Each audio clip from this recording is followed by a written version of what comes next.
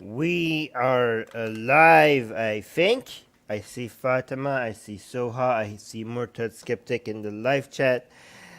Guys, I don't know if you've noticed, but most of the videos that we do here on Atheist Republic. Oh, I see Katie. Hi, Katie. I don't. Okay, so you guys know I must hate myself, huh? I must hate myself because the easy thing to do is to do what we usually do and review morons and make myself look like a genius. Oh, I'm not a genius because I would have muted my phone if I was. But because you guys like, oh, Armin, wow, you took them down. Like, I basically we cover morons after morons after morons, and this channel like, and even though it's so easy for everybody to see that these are morons that I'm reviewing, people are like, wow, look, Armin, you're so smart. But it's just only I'm not, it's just compared to those people that I look very smart, right? Um, but then, so I could just keep doing that and pretend that I'm like a genius. But then I cover somebody like Alex, who is like an intellectual heavyweight here. Is like, yeah, it's really. So now, see, now I'm gonna compare. Now I'm gonna review Alex, right? And It's difficult, right? It's a challenge to review the Cosmic Skeptic. And you guys know that I'm as like it's I'm not just doing the easy thing for you guys, right? To make myself look pretty good. I'm reviewing a video by somebody that is way smarter than I am. Okay? So if you do not agree with me in this video, it's okay. Let me know why in this live chat you disagree with me. Let me see whose house is here. Qasim is here. You guys know Cosmic Skeptic, right? He's awesome. Yeah, Moron Hunter. Hello. So how do you feel about Hussein? Have we this? Are you? We haven't even started. Like, can you like chill? That's what we're gonna talk about. That's what we're gonna talk about. That's what we're gonna talk about. All right, just hold your horses. Mike is saying hi. Afshin is saying hi. Yeah, Fatima was like, yeah, he is big. Amazing guy. He is. He is. He is. And I don't know if you guys know that he usually talks about God and religion, but recently, in the past, I don't know, year or two, he is now very much focused on promoting veganism. I have had a debate with him. By the way, do you guys saw my debate with him? Yes, Alex is very very smart, right? That is why if I guys, this is why I'm telling you. If I only cared about um, doing the easy thing here for you guys, right? I'm like going on like I get like yes, I won. Like I took down these morons, these like religious idiots, right? If I wanted to just like as a person that does review videos, I could just do that and go home and just like act like I'm victorious by picking the low hanging fruit, and that would be it. But no, see, I'm not doing that. I'm not doing the smart thing. I'm doing the thing that is I think is needed to challenge myself and see if I could um, take some, do some sparring against some people that are much, much more difficult to take down, or maybe even impossible. I don't know. We'll see. Afshin saying, I watched this video and hated it because it made me aware of my own cognitive dissonance. Now I have to feel guilty while eating this tasty, rare T-bone. I don't know, guys. You guys are. Who cares about veganism on election day?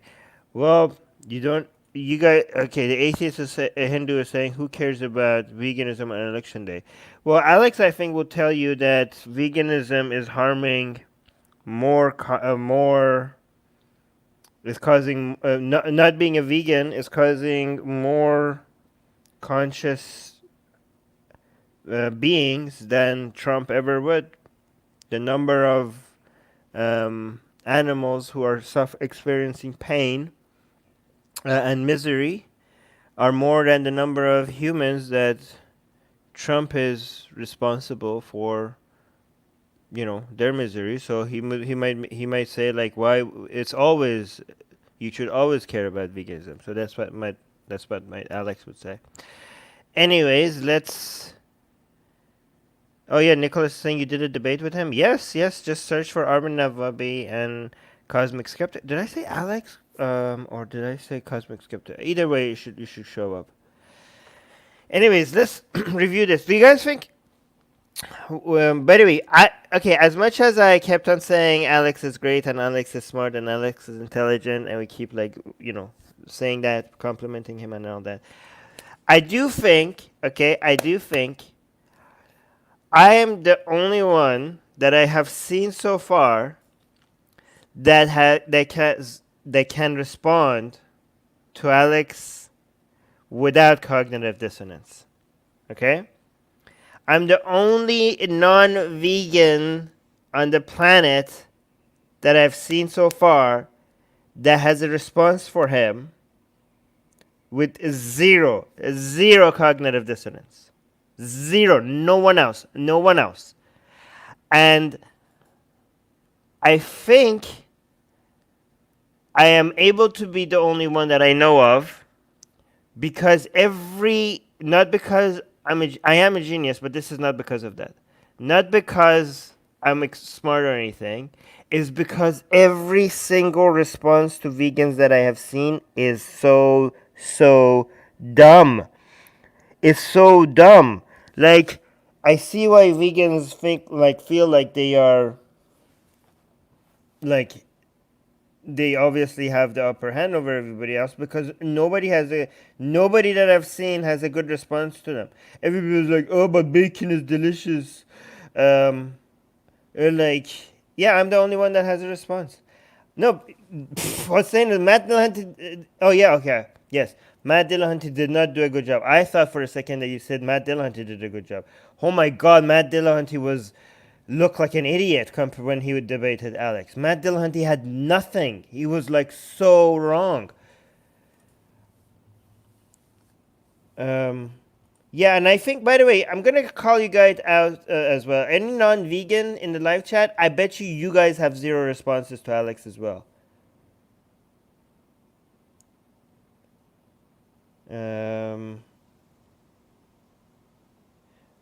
What do you? Okay, so Afshin is saying, "Sorry, Armin, I saw your debate in hopes to give me some hope in not feeling guilty for my non-veganism, and you did well, but still, you didn't convince me."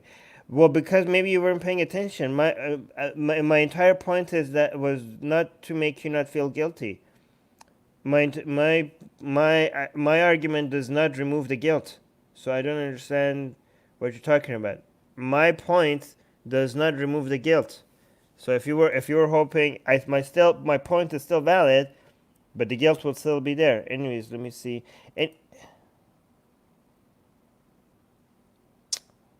I still can't get around that our morals and what we care about is because of evolution. I don't understand what you're saying. All right, let's watch this video, or else we're gonna be here forever. Hans is saying our morals are a result of evolution. Why should the life of a suffering being be more important than the life of a non-suffering being? Okay, Hans, you are way off here. A result of a we're not okay. Our morals are a result of evolution. First of all, our morals are a result of many different things. Evolution has just been one factor.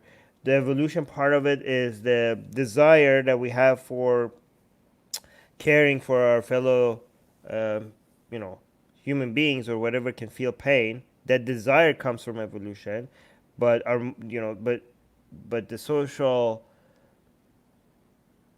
agreements that we have over what standards and what rules or what moral philosophy results in the highest amount of utility and the lowest amount of misery. That doesn't come from evolution. That comes from us analyzing the doing cost benefit analysis on each one of these standards and figuring out which one works the best. But the desire comes from evolution. But the best standards doesn't come from our sense of sympathy. In fact, our sense of sympathy is really, really flawed in coming up with the best standards. So that's when you say, why should the life of a suffering being be more important than the life of a non-suffering being?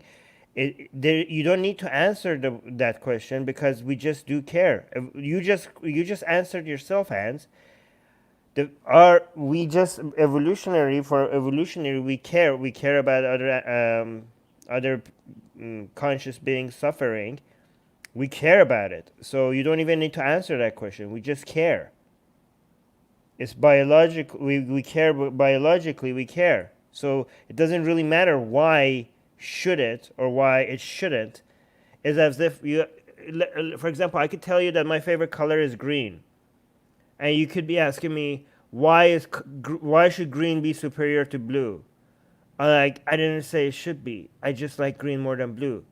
So the fact that as social animals, humans care about reducing the misery of other humans and other animals, people are like, why should we care? I was like, that question doesn't need an answer. We care. We don't like misery. So that, again, this is a question that religious people also ask. Without God, there's no reason why we should care about suffering. And like, we don't need a reason. We just care. We don't like suffering. I mean, there is a reason, but we don't need a reason. We have that preference. All right, let's get to the video, guys. Come on, let's get to the video. The state of Hey.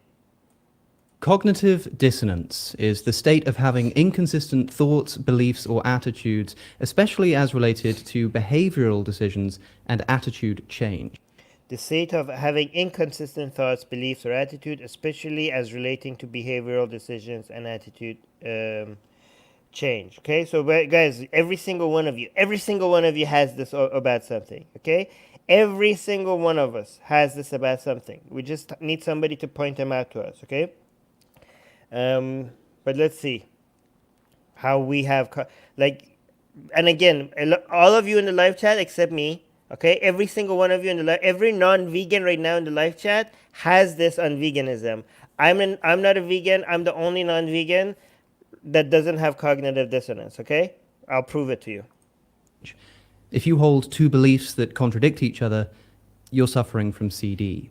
If you hold a belief that something is wrong and yet justify doing it, or something just like it, despite simultaneously knowing that you shouldn't, you're suffering from CD.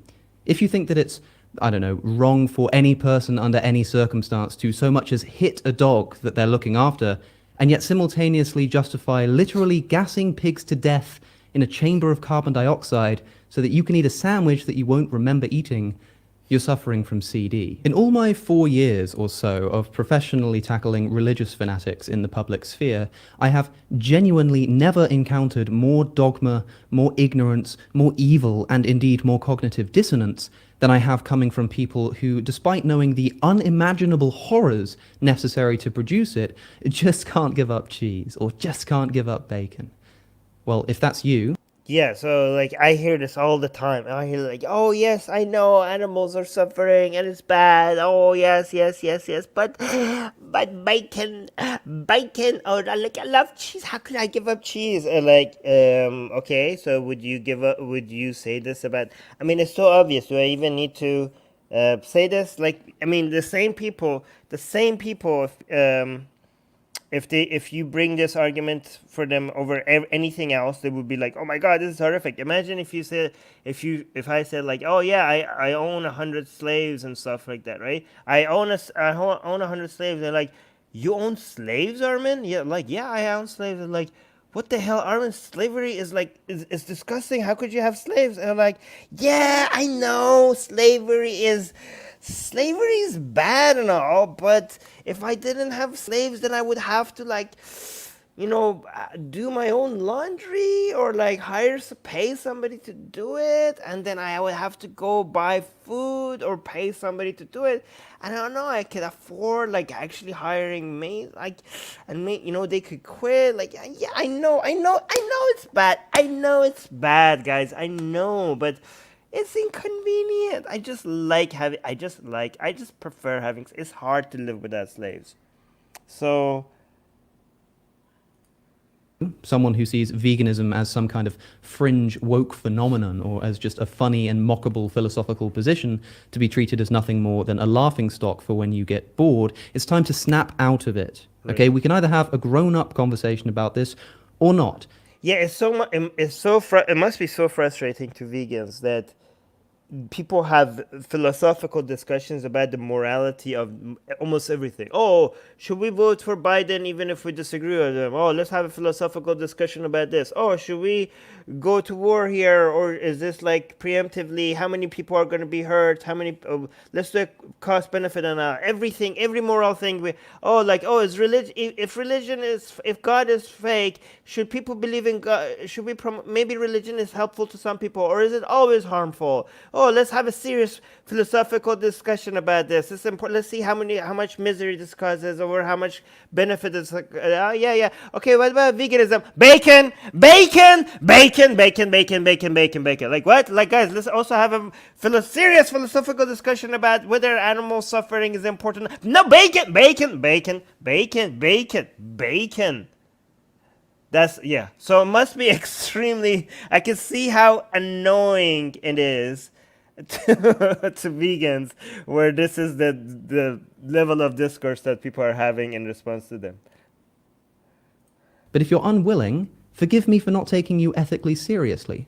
Okay, you can giggle all you like about bacon, though, as if it's still 2009, but while you do, consider that since this video began, 174,869 chickens, 4,150 pigs, 9 donkeys, 14 horses, and 2,772,879 wild fish have all been slaughtered, so that people like you can satiate your addiction to the taste of their flesh and continue to point your greased-up finger at the vegans for being too extreme. For the rest of us, however, who are genuinely willing to take up the mantle of personal responsibility and follow our most deeply held ethical principles without exceptions for the sake of a sausage roll, I want to highlight some of the most obvious abuses of moral logic that I've seen on the topic of animal abuse and show you why it's just so insidious.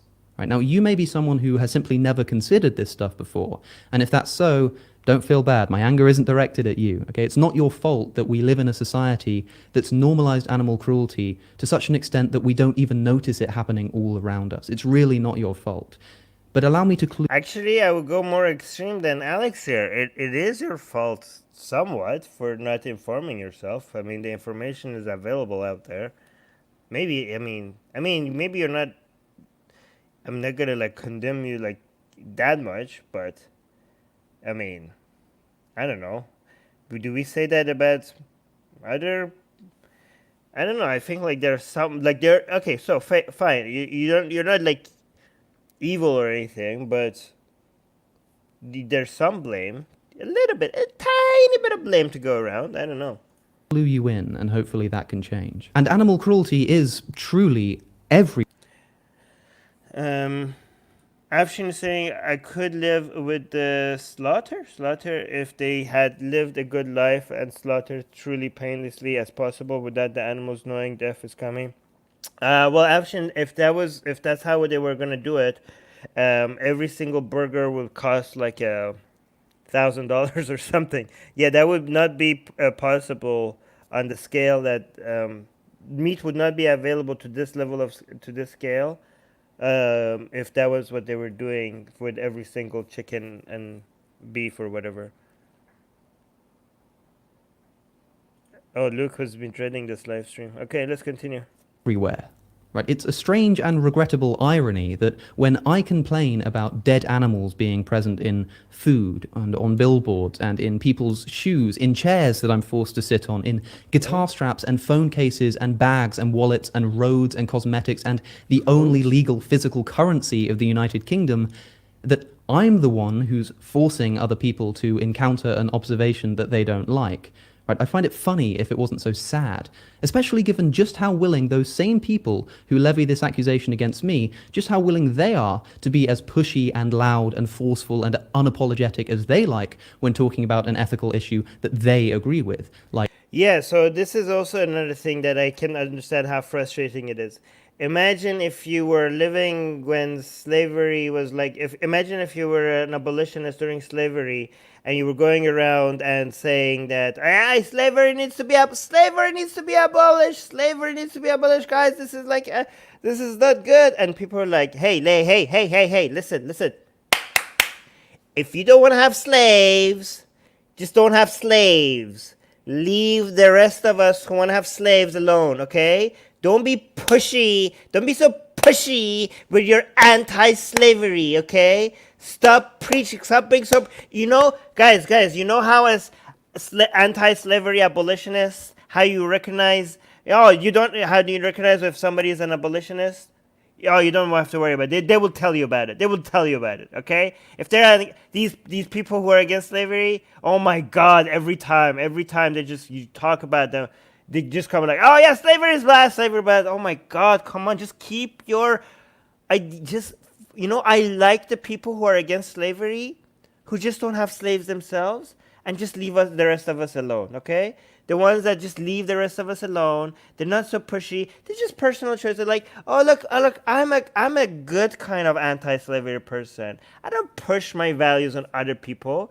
I just feel like it's a personal choice for me not to own slaves, but it's okay for other people to have slaves. I just think this is a morally good position for me. Like, look at me, I'm the good anti-slavery kind of person, right? If you want to have slaves, I'm not going to be mean to you. You have slaves. I just made this personal decision for me not to have slaves myself. You see how this doesn't work? You see how this doesn't work? Look at this. Equating human rights to animal rights and unbelievable. Yeah, what's the difference, Gregory? Why should we care about human rights more than animal rights? They both experience pain and misery, so I don't understand. Okay, maybe you have a good argument. Gregory, tell us exactly why humans matter more than animals. Tim is saying, I grew up in the countryside and am well aware of the suffering of animals for our food.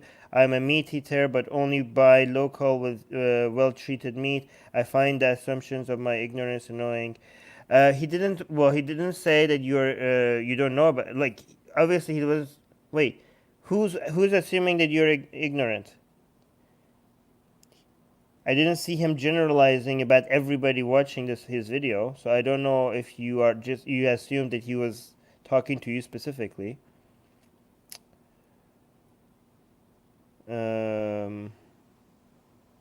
Guys, your responses are not really good. Okay, Reza is saying, I don't see how you could not be a vegan and not have cognitive dissonance unless you either reject the notion of animals having the capacity to suffer or accept that they suffer but reject it's wrong. Nope, not. I'll get you guys. I'm not a vegan and I don't have cognitive dissonance, and I'll tell you how. It's coming, and it's none of those that you mentioned, Reza. I'll let you guys know soon how. I'm not a vegan and I don't have cognitive dissonance. I'll tell you. Okay, it's coming. Like trophy hunting. And maybe you guys could correct me and tell me, no, look, Armin, you're right. I'm pretty sure almost everybody in live chat is going to disagree with me. We'll see. Hunting or dog. Oh, yeah. I'm going to be so alone on this. This is going to be my position, and it's going to be the right answer. And all of you are going to think it's the wrong answer, including Alex. Apologetic as they like when talking about an ethical issue that they agree with, like trophy hunting or dog abuse or bullfighting. And that's what I'm hoping to demonstrate to you in this video, that when it comes to animal cruelty, cognitive dissonance is the norm, not the exception. I had the idea for this video when one day I was scrolling through Facebook and came across a post by a page called Lad Bible. Now, they're one of the biggest social media pages on the platform with around 37 million likes, and you'll almost certainly have heard of them, especially if you're in the UK. They're a huge page, basically, that shares a variety of different kinds of content, and the post that I saw was one about animal cruelty. Now, I started taking screenshots every time I saw a popular post about animal cruelty, and noticed that the general reactions and the comment sections seemed to vary massively depending on which species of animal happened to be the victim. Okay, here's a first example. Swan dies of broken heart after Yobs destroy nest and kill unborn cygnets. And Lad Bible captions, the heartless teenagers smashed her unhatched eggs with bricks and rocks. Oh my god, look at this. Look, she looks so sad. This was her egg. And the teenagers broke her egg. And she's like heartbroken. Wait, how do you know she's heartbroken? Sobs? Can you actually see a swan? Can swans actually sob?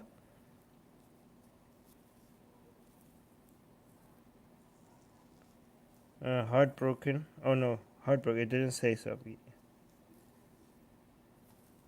Unhatched eggs with bricks and rocks. Oh, I heard sob for some reason. It didn't say that. How do you? Yeah. Obviously, this is horrible, right? Who would destroy the eggs of an animal, killing its younglings for no good reason? And the comments agree with me. 96,000 reactions, mostly angry. And the comments, if these words are harsh, I don't care. I hope that someday these teens struggle to have families and think of their actions. Hope they find the little shits responsible for this and throw bricks at their faces. And check it out, this guy on Twitter thinks that we should bring back public hangings for the kids who destroyed these eggs. Okay, understandable outrage, perhaps. Not that public hangings. I wouldn't call that understandable, but okay. But now, here's a fact. That is not an opinion or a hot take, but simply a true fact.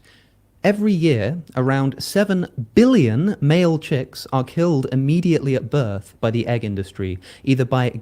Oh, guys, sensitive footage coming in. Trigger alert, trigger alert, trigger alert in the live, okay, sensitive footage coming up, okay? gassing them or grinding them up alive in an industrial... Holy crap. How, guys, you know, when I see this, I wonder how fast does the brain hit the machine before they actually feel pain. They need to go head first so that they don't feel the pain, because I don't want them to feel like a fraction of a second of pain. Look at this. They're just like they're so cute and fluffy, and look what this machine does to them. Oh my god, look at this. Them up alive in an industrial macerator.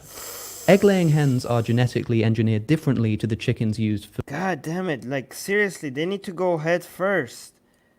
Like they need to go head first so they don't feel any pain. Look, how could you look at them, so fluffy and so cute, and they just like treated. Oh my goodness. Like seriously, they need to go there needs to be a rule that they need to be fallen into this machine head first, so they don't actually feel the pain. I don't know, man. This is this way of killing, this needs to be illegal. You guys are saying that's disgusting. That is sad. Yeah, but you guys know that every single time you're eating, like, I don't know, chicken burger or something, it's basically it's fueled with pain. Your meat that you're eating is fueled with pain. Anyways, they're being killed because they're male and don't produce eggs. Or grinding them up alive in an industrial macerator. Egg-laying hens are genetically engineered different. Guys, imagine if you saw this scene and there were humans being thrown into something like this and be turned into like a grind meat. Like as much as you're disgusted in the live chat right now, imagine if you were seeing this and this was a real footage of humans being like pushed into something like this, and in like a factory farm or something. I bet you guys, a lot of you in the live chat would lose sleep for a week, or maybe forever. I don't know. But if it was real footage of humans being thrown into this, right? God damn it. To the chicken. Luke is saying this happens to every male chick born to an egg-producing mother.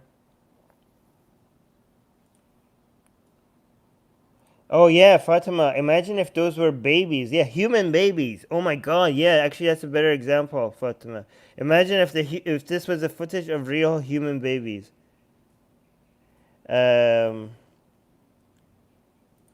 Gregory saying, well, chickens aren't people, so this is a straw man. Gregory, you're a moron. The whole point, I know they're not people. That's the entire point. The entire point is to highlight the difference in feeling, the unjust, that we're comparing two different things. That's the entire point, Gregory. God damn it.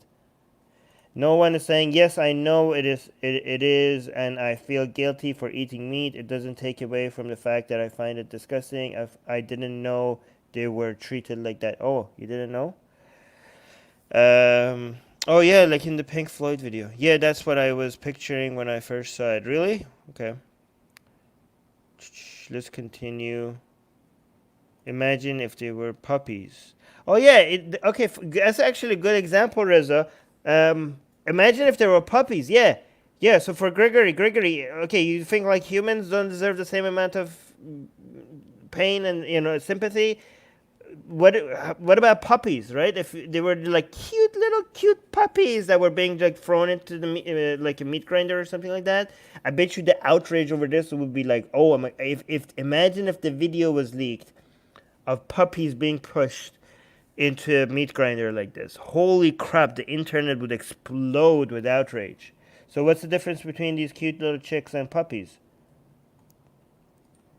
Chickens used for meat, and so male layer chickens are totally useless since males don't lay eggs.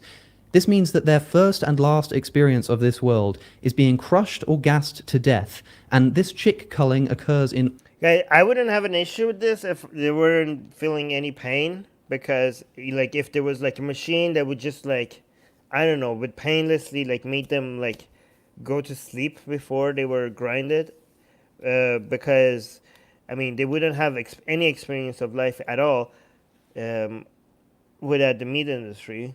So if their only experience in life was like, hey, I was born and now I don't feel anything because I'm dead, but I didn't experience any pain at all, I would be like, yeah, that's fine. But that doesn't seem, that's not the world we live in. All industrialized egg production, including free-range and organic eggs. Wait. So guys, people in the live chat that were talking about, oh, I only eat free range or whatever. So he's telling you something about free range. Experience of this world is being crushed or gassed to death, and this chick culling occurs in all industrialized egg production, including free-range and organic eggs. What Shubhis is saying, in India they drown or throw them in fire, and it takes them 15 minutes to drown and die. Are you goddamn serious? Are you serious? Is that a thing? Is that a thing? Holy crap. Gregory is saying, yes, morally speaking, there is little difference between chicks and puppies, though humans evolved in the Ice Age with dogs, so probably contributes to European people's love of dogs. Gregory, the entire point is that our biological sense of sympathy does not make logical sense when it comes to reducing the highest amount of misery. Okay, so if you want to rely on our evolutionary, like what we're built in as humans when it comes to the sense of sympathy that we have, to just rely on that based on coming up with moral standards, even if you focus only on humans, relying on what nature has gifted us is not going to be enough. Okay, because biologically, for example, if you want to just rely on that, so biologically, we're hardwired to feel more sympathy for other human beings more than animals. Okay, so we're like we just care about humans more than other animals. So that's just how it is, right? But if you are actually a utilitarian and you just care about misery, you know that that's not enough. For example, biologically, the way our sense of sympathy works, you're going to care more about one child starving in front of you. All right, you're gonna want to stop that more than a million children dying from starvation in another continent. Okay, so you could see, like, if you could do, given how flawed our sense of sympathy is, this is why when we come up with ethical standards or we come up with a moral philosophy, we know that our sense of sympathy is the fuel that drives us to even come up with these standards, but the fuel is not enough to come up with consistent standards that actually reduces misery for the highest number of conscious beings, right? We know that we need to go beyond our personal desires, beyond satisfying our sense of sympathy.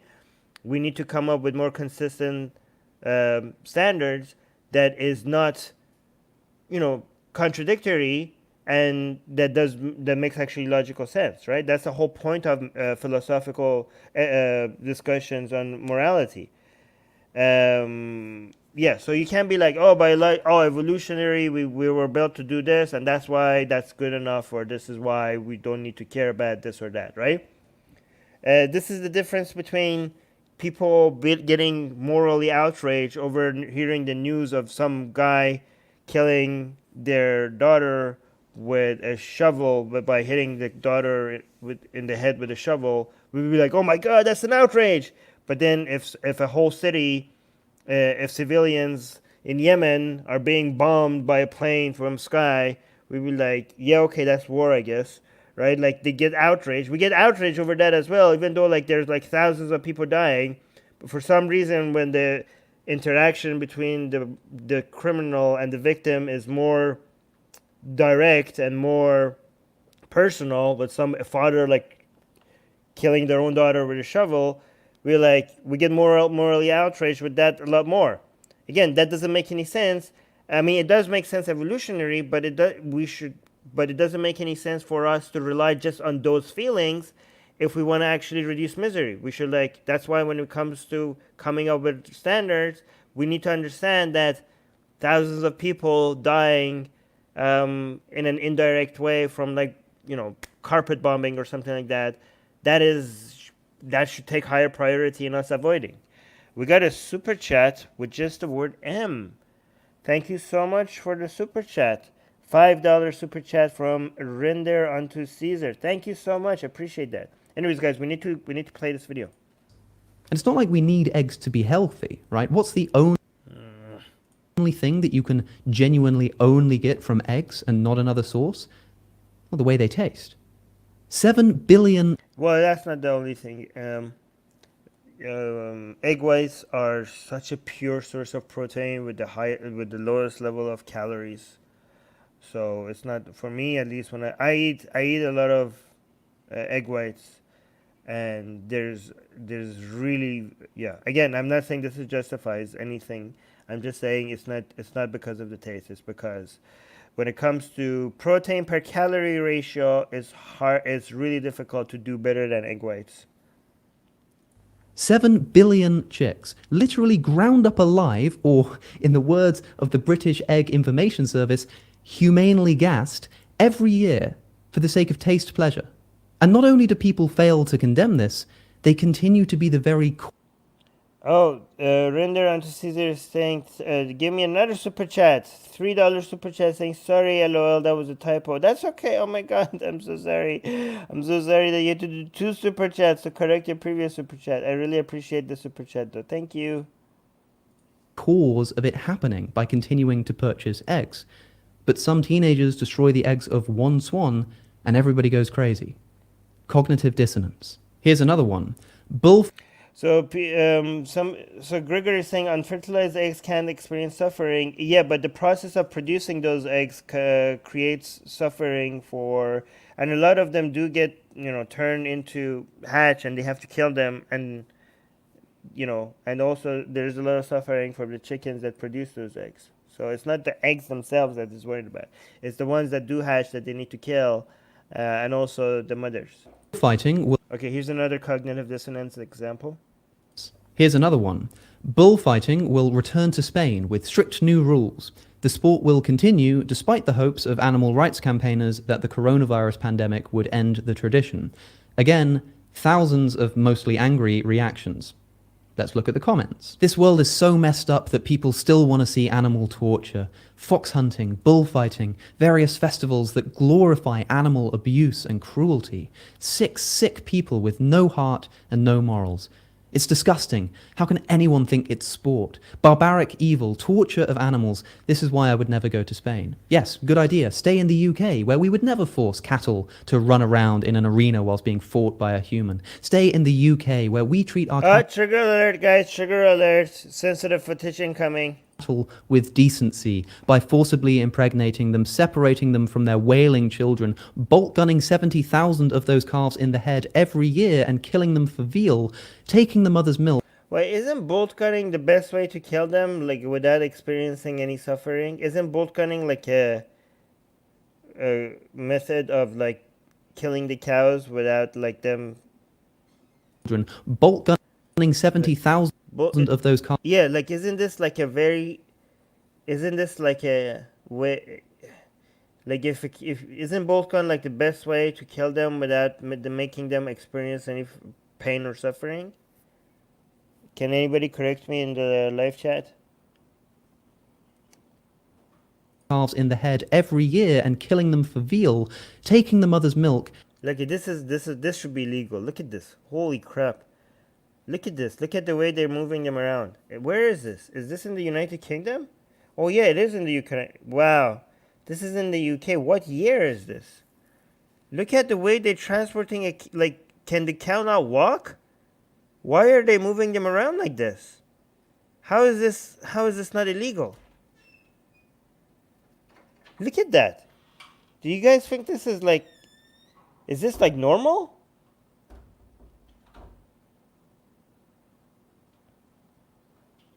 Veganist is saying the bolt gun is hit and miss for the most part. Is that true? I don't believe you. AJ is saying the bolt gun only knocks them out.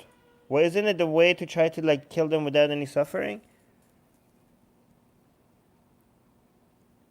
Yeah, Qasim is saying, but bullfighting is normalizing cruelty against animals. That's the main reason to forbid it. But so is this though. I mean, isn't this the same thing?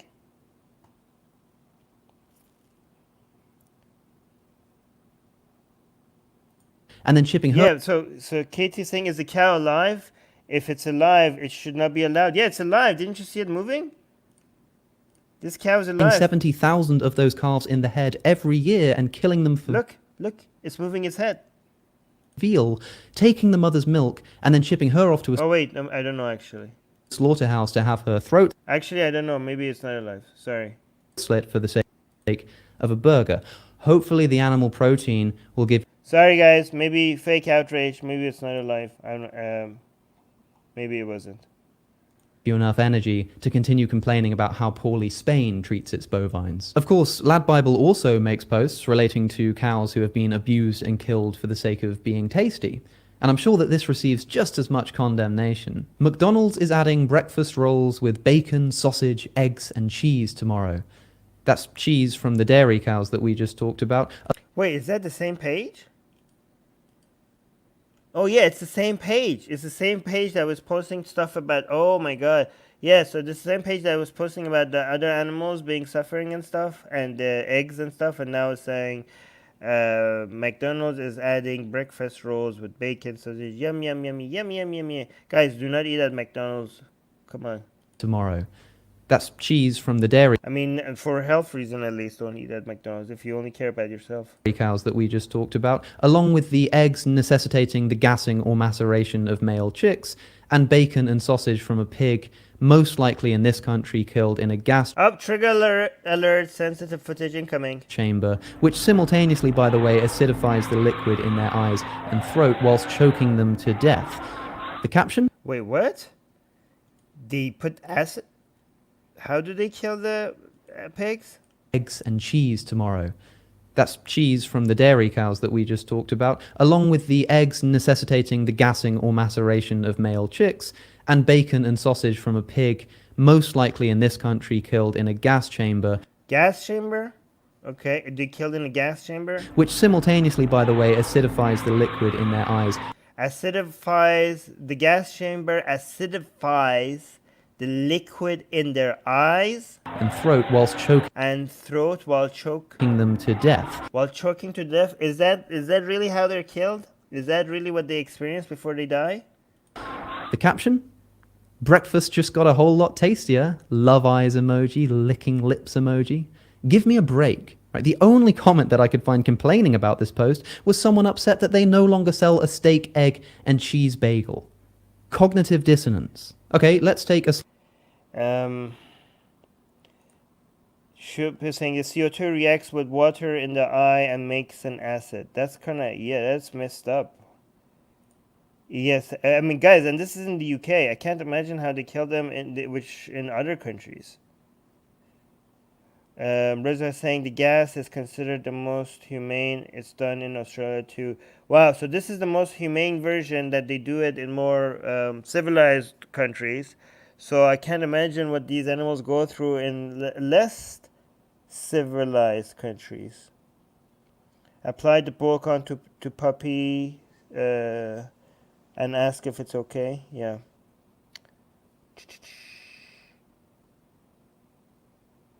Okay, Gregory is saying the hypercapnia excess carbon dioxide causes metabolic acidosis and the choking reflex. I've never understood CO2 gassing. Nitrogen gassing is much more humane. Okay, that's good. Thank you, Gregory, for that information. The cult breaker is saying what he is saying is uncommon. They are shocked with electricity, killing them instantly in most cases. Okay. Wow, this is why I need you guys in the live chat. Thank you so much for these. Okay, Katie saying, shouldn't vegans focus on changing the conditions of animals to gain more support instead of turning people off by asking them to stop eating meat? That's okay. I'm not going to get into that, Katie, but that's what I was arguing in my other debates with vegans. I think that fighting this cognitive dissonance that Galaxy is talking about, even though he's right about it, but fighting this cognitive dissonance is almost impossible. Like, I mean, people are extremely selfish. So I think like using, trying to do activism based on the already existing feelings that people have for what they consider a moral outrage. If you want to use that, you will make a lot of progress. And you could do that by focusing on telling people not to stop eating animal products, but to actually pass laws into making animal farms more, having more strict rules on animal farms and the way they treat animals. I think that would be. I know it's not going to satisfy vegans because they think it's always an outrage to consume any animal, but I think you're going to get a lot more progress into reducing the misery among animals if you focus your activism on that. Okay, so I agree with you, Katie. But that's not right now. We're not here to debate what's the best form of activism. Right now, we're here to debate how can we justify this cognitive dissonance. Okay, but that's another discussion, Katie, which I agree with you. Slightly different turn. UK Zoo might have to euthanize its animals after being forced to close. Again, thousands of mostly sad and angry reactions. I mean, I'm not sure what the problem is. I was under the impression that it wasn't wrong to kill an animal as long as it had a good life and was well looked after before being slaughtered. Perhaps people have changed their mind on this. This commenter says, shocking. Death should never be an option unless the animal's in extreme pain that won't heal or get better. Shup is saying, do you really think we can do that without meat being very expensive and running out of land? I mean, if that makes meat very expensive, then you have achieved your goal because a lot of people are going to consume less meat because you just made meat very expensive, right? I just think it's going to be easier to do the top-down approach, go towards politicians and make them pass laws on McDonald's or KFC to not buy from farms that mistreat animals, or pass a lot of laws that make animals be killed in certain ways, and them being like, I think you're gonna get a lot more people. Like if you go tell people like, hey, stop eating meat, I think you're gonna get a lot less support than if you go tell people like, hey, we're fighting against big corporate who are torturing animals, and we need this law to pass for animals to get treated more, so that animals are not tortured before they're killed. I think a lot of more people will be like, hey, oh yeah, I'm okay with that, and they're gonna support that. And if they pressure their Congress people, I mean, maybe if they manage to pass those laws and it ends up making meat expensive enough for a lot of them to reduce or not the meat intake or just eliminate it. So effectively, we'll end up in the same outcome. It's just that you went about it by making people push for something that they are more willing to support because they could um, relate to it more than you morally condemning them. Again, I'm not saying you shouldn't. I'm not saying you're not justified to morally condemn them. I'm just saying you're going to get a bigger bang for your buck if you tell them, "Hey, let's pressure the politicians and big corporate rather than you're evil because you eat meat." Even if you agree that they are evil because they eat meat, or if you, even if, as a vegan, if you think that, I just think it's not as effective when it comes to activism. Better. If it bankrupts them, Yeah. Okay, random thoughts is saying in Algeria meat is very expensive, but people still consume it. I didn't say they're gonna stop consuming it, guys. Listen to what I'm saying. Obviously, if meat is expensive, the consumption of meat is much less than if meat was not expensive. Okay, it's the demand. Obviously if the prices go up, the consumption is gonna be less. Come on, guys.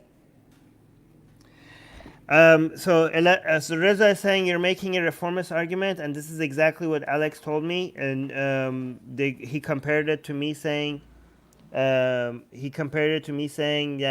because I'm an outright, I think Islam needs to end completely rather than reforming it. So people compare that, like Armin, you're saying instead of completely abolishing animal consumption, what we need to do is we need to reform the industry. But you're a hypocrite because when it comes to Islam, you're saying that Islam shouldn't be reformed. Islam just needs to end outright. We should fight against Islam as a whole rather than reforming it. But my response to that is that I would have supported reforming Islam if I thought that actually helped.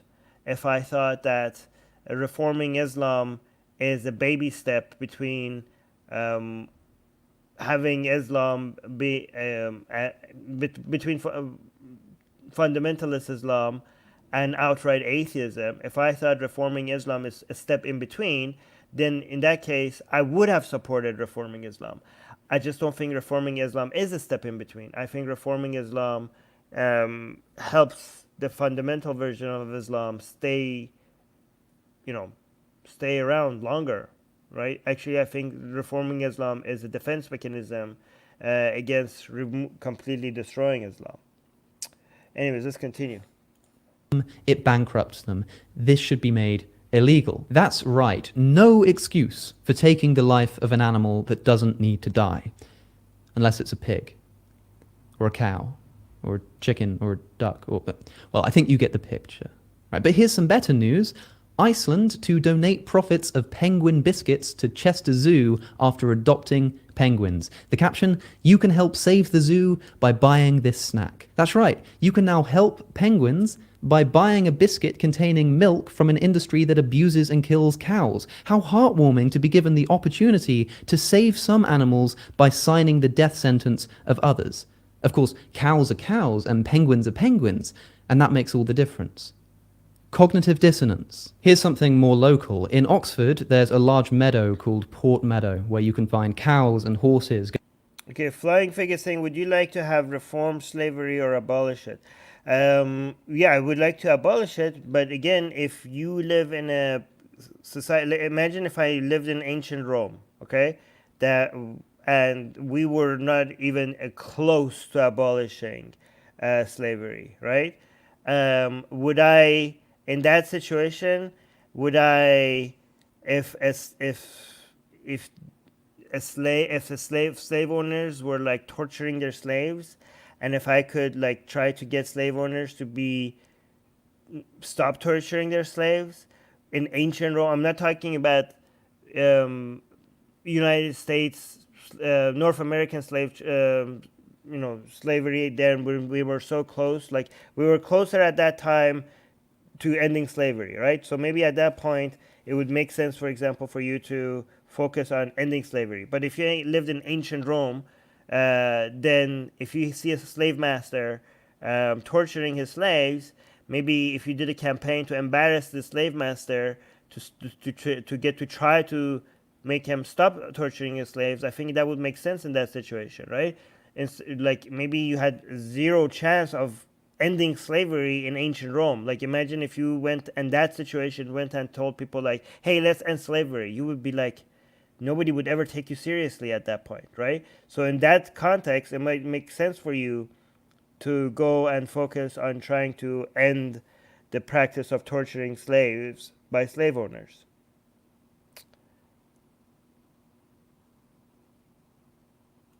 Anyways, let's continue. Going about their business.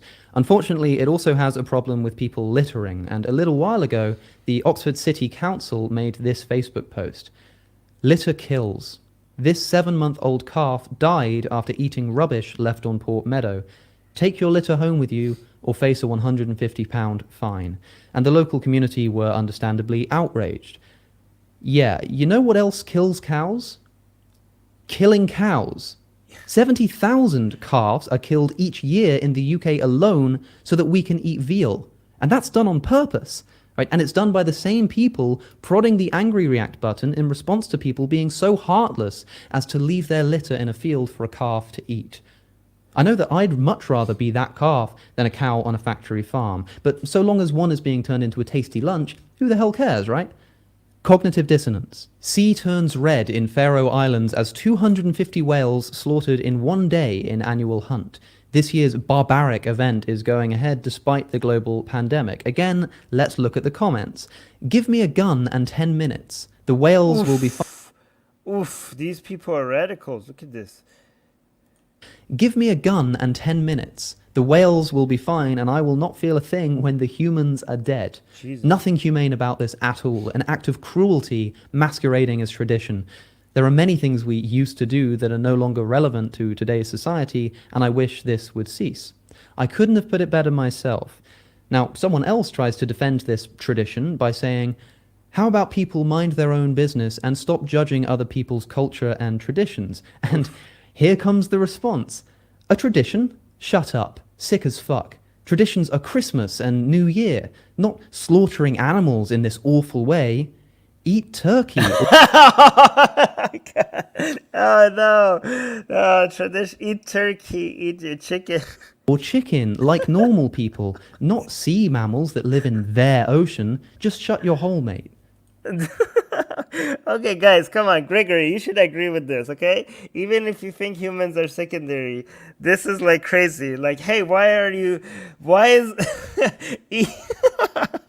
eat turkey, chicken like normal people, not sea mammals that live in their ocean?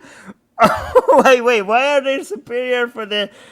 Why should we care about animals that live in the ocean more than other mammals? Like, eat turkey and chicken like normal civilized people, not sea mammals that live in the ocean. Wait, so is this person against eating fish as well? Okay, so is it the mammal part that makes them better, or is it the sea part? Because if it's the sea part, then this person should be against eating fish as well. If it's the mammal part, is this guy against eating cows? Shut your hole, mate. Okay, I don't understand. So is it the combination of them being in the sea and being mammals that makes it worse? You know, guys, what it is? I know what it is. Whales are cute. Dolphins are cute. That's what it is. It's just like they just have to look cute for people to care about them. Oh yeah, I'm subscribed for sure. Yeah, guys, go subscribe to. I mean, he doesn't need our help for more followers, but he's already doing amazing. But go subscribe to him. Shut your hole, mate. Yeah. Actually, as if it needs it, I do have one comment on this. You'll remember that the original headline says 250 whales slaughtered in one day. Now, if, like this commenter, you want to eat chicken like a normal person, it may be of some use to know that the exact same number of chickens are killed for food in less than a 15th of a second. Oof. For reference, since this video began, this is how many chickens have been slaughtered for food. Wow, unbelievable. Gregory is saying the West used to hunt whales too up until the 1960s and early 70s. Sperm whale oil was used as a friction modifier in early automatic transmission fluid. Wow. Gregory, you're full of facts, eh? Food. Now, I wonder how Facts and cognitive dissonance. But it's okay. I'm just kidding. angry the coverage of this chicken abuse is from the Lad Bible. KFC is selling half-price Zinger Stacker burgers this weekend. Customers just have to use a secret code word, drooling emoji, love eyes emoji. What's that word? Oh yeah, cognitive dissonance. Here's a video on YouTube that really rubbed people the wrong way. ASMR dog leg eating. Would you guys eat this? Anybody who's eating beef or lamb? I mean, I'll be honest, I would try it. I would try this if it was already prepared. That's right, an ASMR. This is dog legs. ASMR. Guys, wow, look at the like. Wow, good. Look at the like to dislike ratio, guys. 46,000 dislikes. 46,000 dislikes for dog leg eating ASMR. Luke is saying, I love Alex's way of presenting his points. His eloquence has come such a long way. Can't wait to see what he goes on to do. Well, Luke, if you're not a vegan, Alex would tell you what's the point of you congratulating his eloquence if he's gonna shame you. He's gonna be like, you're still eating meat though, so that doesn't mean much to him. Ghost Bunny is saying I don't know. Ghost Bunny is saying, growing up, my dad killing animal was the only way my family could eat. What, Qasim, you're disgusted by this? Why? Would you be disgusted if this was like lamb legs? I don't understand the difference. Yeah, Soha would eat this. Oh, you are very vegan. Ooh, Luke is actually very vegan. Okay. Luke is not vegan, he's very vegan. Okay, let's continue. Our channel posted a video of a woman eating some dog. And as you can see, the like to dislike ratio is telling. Oh, yeah, Here are some of the comments. The most delicious thing about this channel is its dislike button. I'm starting to think that this woman is a demon or something. Wonder when her eating my mum ASMR video is coming out. Come near my dog and see what... Wow, look at these, like 14,000, like come near my dog and see what happens. These people are like, there are thousands of people that are promoting violence against this Wonder person. when her eating my mum ASMR video is coming out. Come near my dog. Come near my dog and see what happens. 14,000 likes. 14,000 likes. I mean, if you have a pet chicken, do you think anybody that is eating chicken, you're gonna tell them, come near my chicken, and you'll see what happens? Dog and see what happens. How can she eat a dog? Such a horrible thing. And my personal favorite, imagine asking this girl to cook you a hot dog.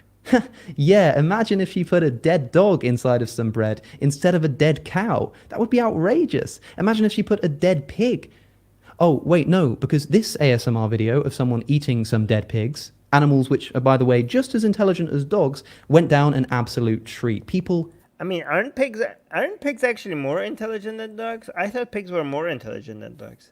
Loved it. This is the Mount Bacon Challenge.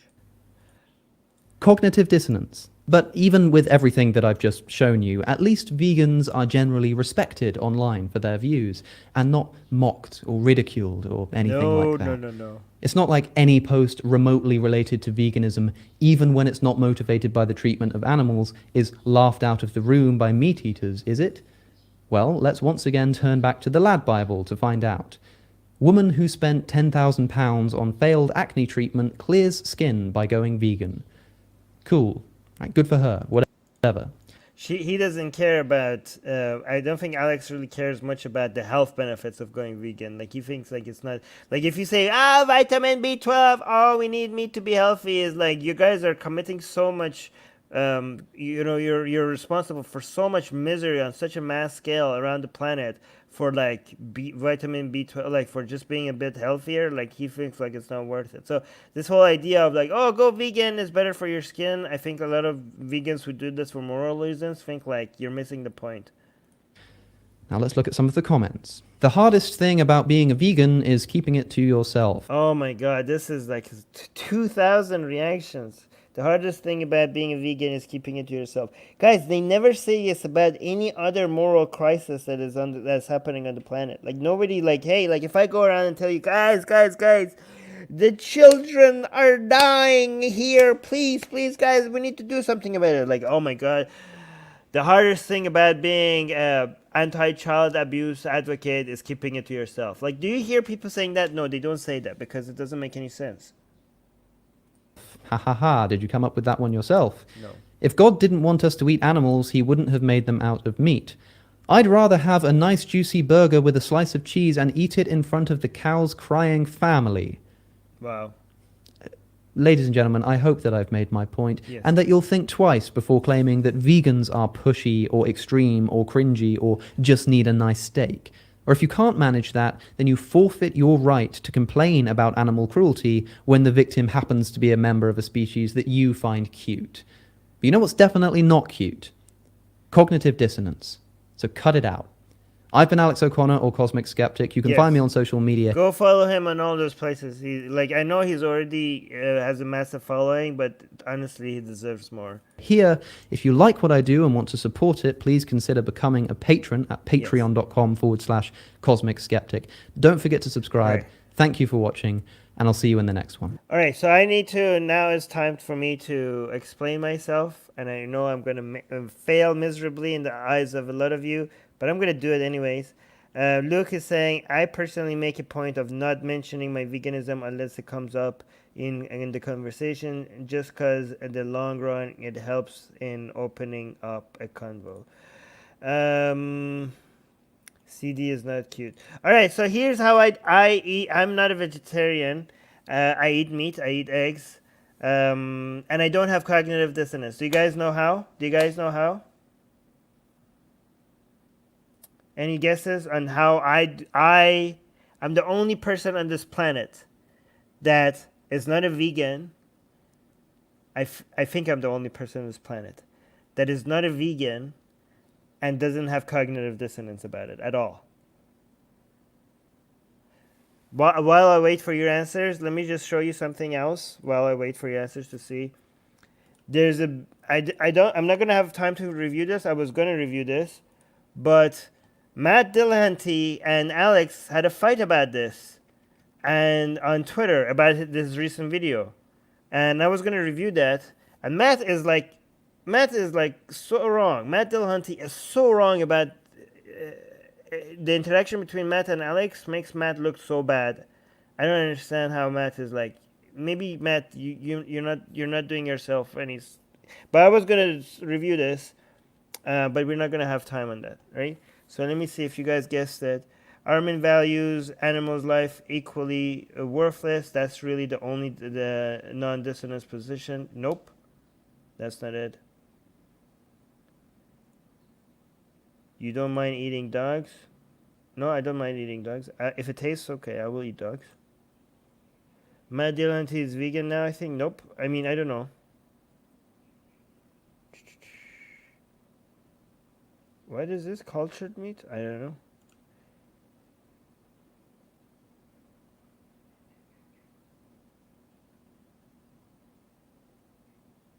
Nobody's guessing? Okay. It's very easy. The solution for being able to continue eating meat and not have cognitive dissonance. I just don't think I have cognitive dissonance in this. Well, you do. Armin eats nothing but lobotomized insects. Nope. That's a good one, though, Gregory. That's a good one. I think somebody got it. You know it's shit, but you accept that. Maybe. Yeah, okay, so here's the answer. I think you're getting closer. I'm going to tell you guys, okay? I have accepted that I'm evil. I don't excuse that it's evil. I live with my evil. My understanding is I'm not just evil about this. I'm evil about so many other things as well. And I will convince you guys, I will try to convince you guys that you are all evil about many, many things, okay? I don't excuse it. It's it's evil. I am evil. I'm not I'm not a good person. I have accepted that I'm not a good person. Okay? My challenge in life is not to be not evil. My challenge in life is to just be a little bit less evil. I have accepted the fact that this and so many other things, makes me not a very good person. Not a very good person at all. Crichton is saying that's not removing cognitive dissonance. Why not? I'm not denying the fact that this is evil. I'm not denying it. So that's completely removes cognitive dissonance. I'm admitting that this is evil. I'm admitting that I am somewhat contributing to the misery of conscious being for my own selfish interests. So how is that? How is that not evil? This along many other things, right? And the example I give, like people like you just have to go vegan. It's very easy. Okay, it's easy to go vegan. Morta is saying that's what I've done. Oh, really? So I'm not the only one? I thought I was the only one. Luke is saying, but you could be less evil by going vegan, and it wouldn't be that hard. You haven't got CD, but still. Okay, so see, Luke as a vegan admits that I don't have CD. Okay. Look, there are many things that I could do that I could be less evil. It's not just that one thing. And the example I usually give is this.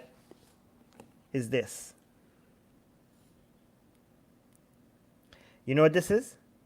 This is the example I always give. This is my air conditioning, right? Look at this. You see this? It says 22 right now, okay? I could go like this. It says 23. I don't like it at 23. I like it at 22. I keep it at 22, okay? It would be so easy for me to just get used to 23 instead of 22, but I prefer it at 22. You know why it would be less evil if I keep it at 23? Do you guys know why it would be less? No, not global warming. It costs me a lot more money. Well, not a lot in my book because I'm not very rich, okay? It costs me money to keep the temperature here at 22 instead of 23. If I was 23, if I just turn this off, I would save a lot of money. And with that money, it would be inconvenient, yeah, right? But let's not make it too inconvenient. Let's go like 20, 25, right? This would be somewhat inconvenient for me. I would be somewhat uncomfortable. I could get used to it though. I could get used to it, but no. I'm going to keep it at 22, okay? Because I like it at 22. And if I didn't do that, if I kept it at 25, the money that I could save from that, let me actually see. I could go to Save the Children website. Save the Children International, right? Right now, I could save that money.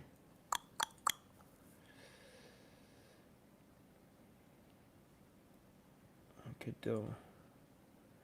So, let me see. Yes, this is Save the Children, right? Oops. Screen share. I could just use that money and just go here and donate. Very easy. And I would be saving a lot of children from a lot of misery. I could do that, right? I could do that right now. I could save that money by becoming a little bit less, happy, a little bit, just a tiny bit of suffering, and save that money and donate to Save the Children. By the way, Save the Children, great charity. If you ever want to donate, I mean, I've done my research. Do your own research, though, okay? Do your own research. I think Save the Children is a very good charity if you want to donate, okay? I could, I bought these books because I like I get most of my books on Kindle or Audible. But I like these some books. I like to have a physical copy of them because I just emotionally like to touch paper sometimes, right? I could have not bought these books. I could have donated that money, right? There are many things. There are many things around me. I could have bought like a less, a phone that wasn't as good as the one I have right now. I could have saved that money. Um, I could have donated that. So these, like, again, guys, all of this things that I could have done that I'm not doing is actively deciding. And you guys might say, again, some of you say, and like Armin, taking an action is different from inaction, right? I would argue that the children that I'm not saving by putting the temperature of my room to 22 is effectively, and I know a lot of you are going to disagree with me, but it's okay. I can be right. You could be wrong. Things happen. It's effectively the same. It's effectively the same as me running this air conditioner by having a child delivered to me every hour or so, and me personally ending their lives, sacrificing them, and for my air conditioner. Imagine I had a magic air conditioner that ran on children's blood. And I'm sorry, I need air conditioner. I'm sorry, I just do. And I need children delivered to me so I could sacrifice them for my magic air conditioner to continue running. Okay? This is effectively the same thing. You guys might be like, no, Armin, how could you say this is the same thing? One of them is actively you killing children, and the other one is you not helping them and deciding to air conditioner to run. But I challenge you, how is it not the same thing?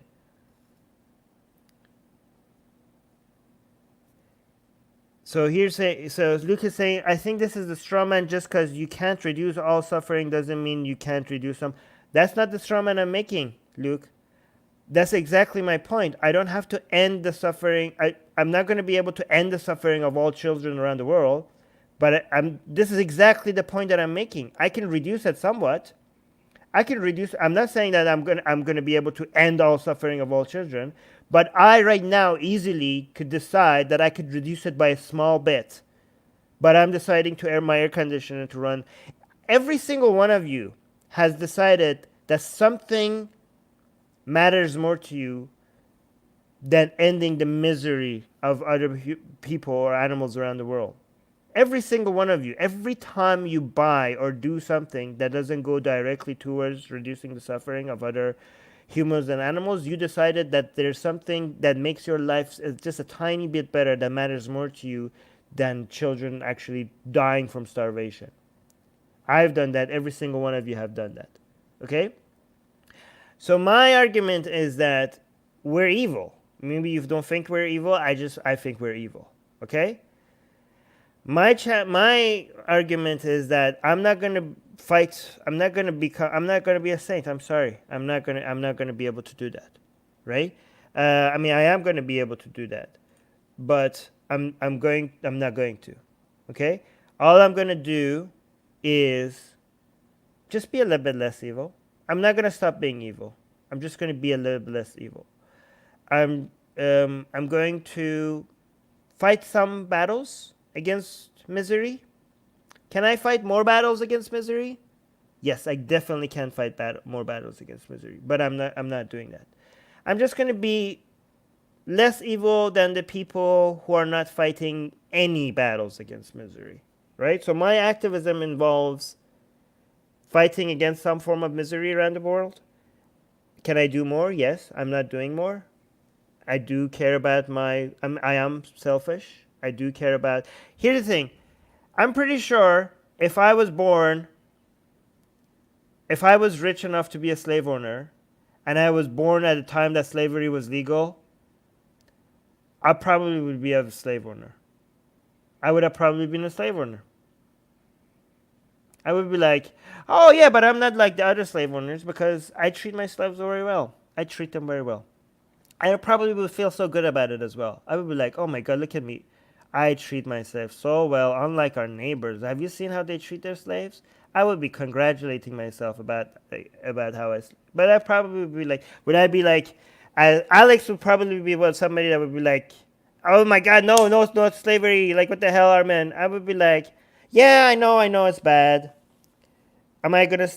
Yeah, but I'm gonna stop having slaves. I'm like, nah, but I know it's bad. So I would probably be like a person like that. Um,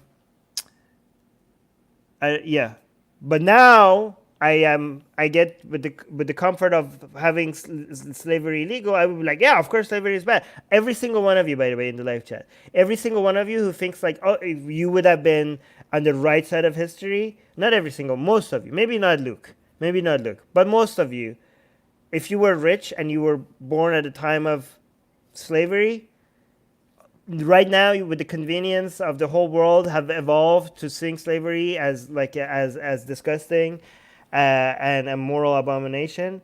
Most of you will probably be slave owners. The slaves, if they were rich and if it was the other way around, they would have probably been slave owners.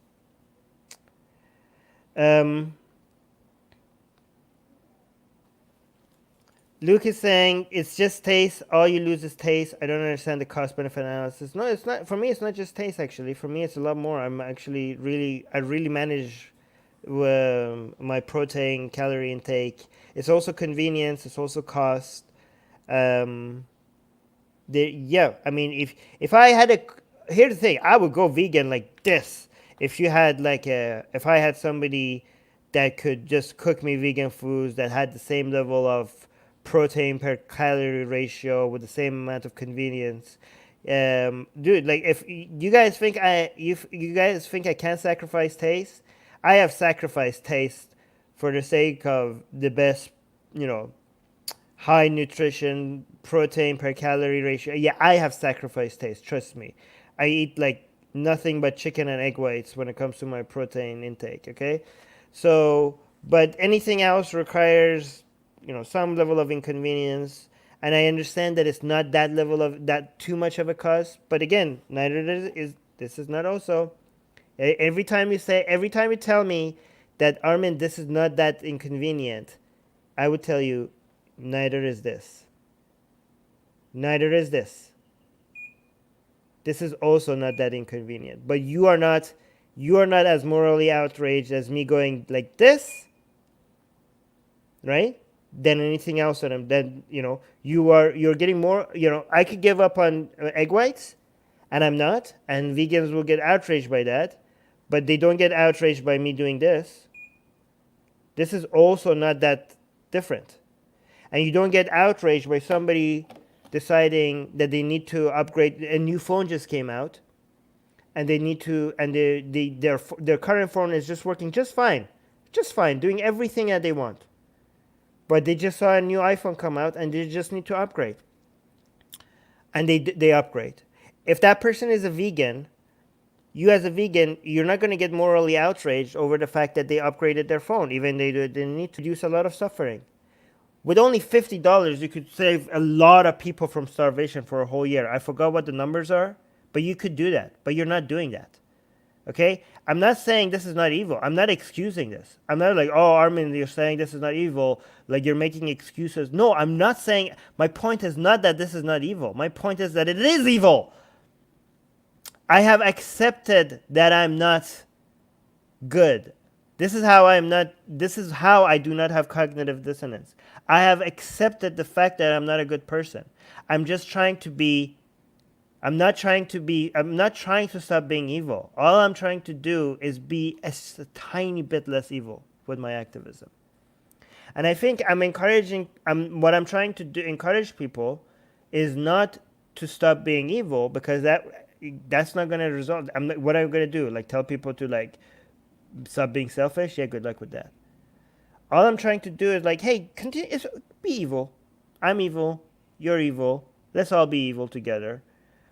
But maybe let's be less evil. maybe like let's try a little bit of less evil. It's okay, you know. And I think if we could just like, this is how we're progressing as the human race. We're just like, for one generation to another, I think we're becoming less and less evil. Hopefully one day, again, I know future generations will look down upon us and judge us with shame.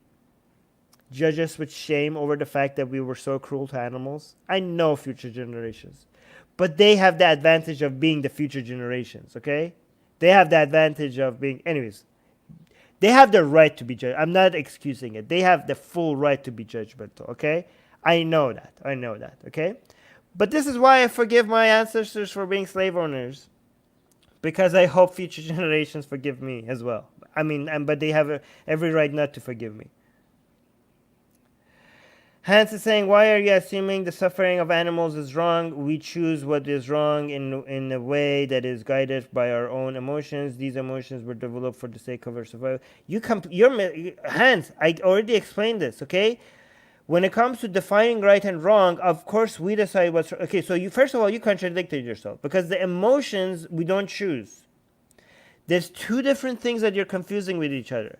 Our emotions are biological, and that is not a choice. You just said we choose it, and then you talked about emotions that is biologically hardwired in our brain for us to care about reducing suffering. Okay, so the emotions were not part of our choice. We were born with that, but the standards that we built because we have those emotions, yes, we choose those. But there are ways for us to come up with standards that are effective, that helps reduce misery the highest, and there are ways for us to choose the standards that they're not so effective at reducing misery, right? And the best standards that reduces the misery the highest will condemn all of us to be evil, right? That's what it means. Yeah. So based on we choose what these definitions of what good and bad is. We come up with it, and we could come up with good definitions, and we could come up with bad definitions. In my opinion, the best definitions are the definitions that, if you abide by them, reduces the misery for the highest number of living beings. Okay, and based on those definitions, we are all condemned.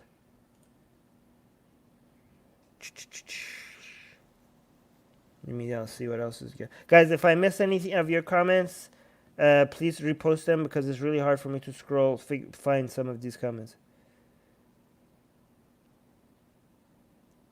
Afshin is saying, when you always say you will offend everyone, I used to think no way you can offend me. Congratulations, today you succeeded in so many ways. I still love you though. Ah, thank you, Afshin.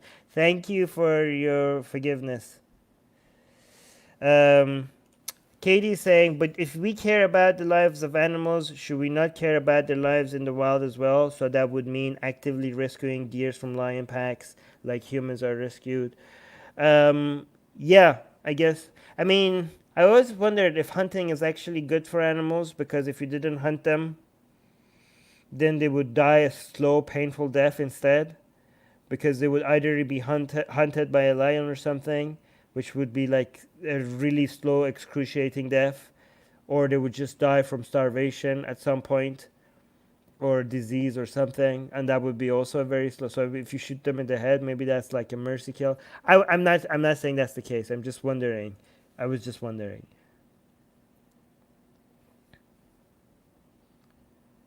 Yeah, I know about Jainism.